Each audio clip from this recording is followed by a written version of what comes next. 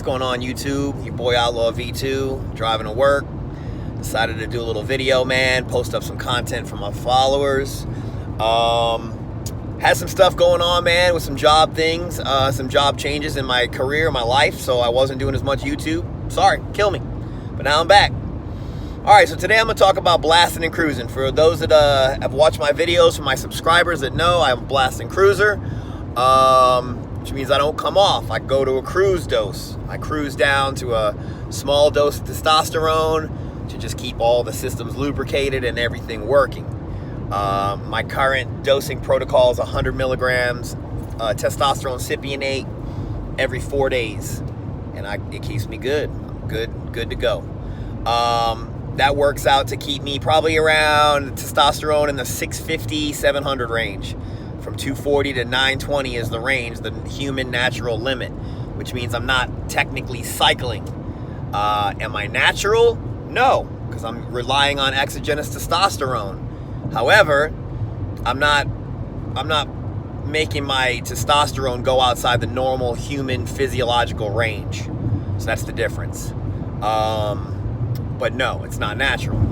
So, that being said, I want to talk about what happens when you cruise and you come off a cycle and how you feel.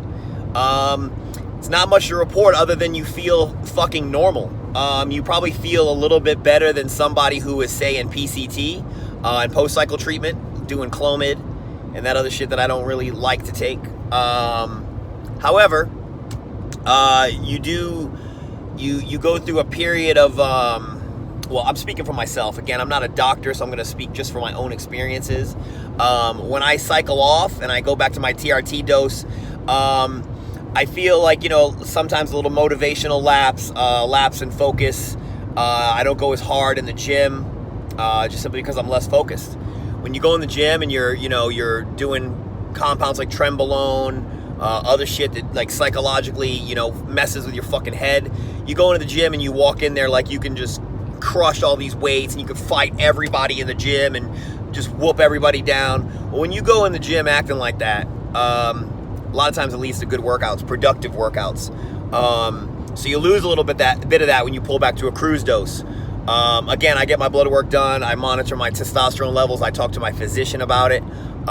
So if you're contemplating TRT, again, make sure you talk to a doctor. I'm not a doctor, so I'm not going to advise anybody on YouTube about what y'all should do.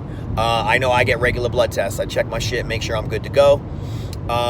So I go through a little bit of a loss of focus and a little bit motivation with the gym. Now I'm used to it, so I prepare for it. I set up my workout so that when I'm in my cruise, I'm working on stuff like auxiliary muscles, like balance muscles. I'm not really doing like a lot of power lift, and I'm giving my joints a break. Just like I'm giving my androgen receptors a break by pulling back to a TRT dose and coming off all the other compounds. I'm giving my joints a break during the times when I go into a cruise dose. Bulking and going nuts in the gym is for when I'm blasting. So that happens. So I try to prepare for that. Libido. Trenbolone and testosterone on top of each other, stacked with each other, is a combination for like a sex drive like no other.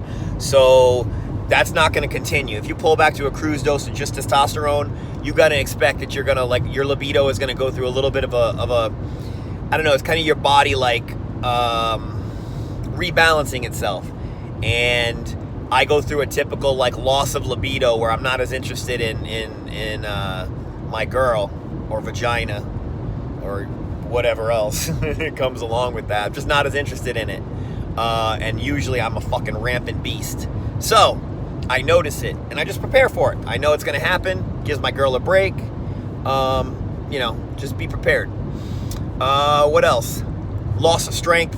Loss of you look different. You come off trenbolone and you come off testosterone. Well, you don't come off testosterone. You come off all your other compounds. If you're doing Winstrol, Anavar, fucking Primobolan, whatever the fuck you're doing. I don't know what you're doing. But whatever you're doing, you come off of it and you go back to a cruise dose. Your body is going to you're going to go through changes. Your estrogen is going to kind of bounce around for a second, assuming you're controlling it with an AI when you're on. I don't use an AI when I come off and I go to my TRT. So I take the smallest amount of testosterone possible so I don't have to control my estrogen with an AI.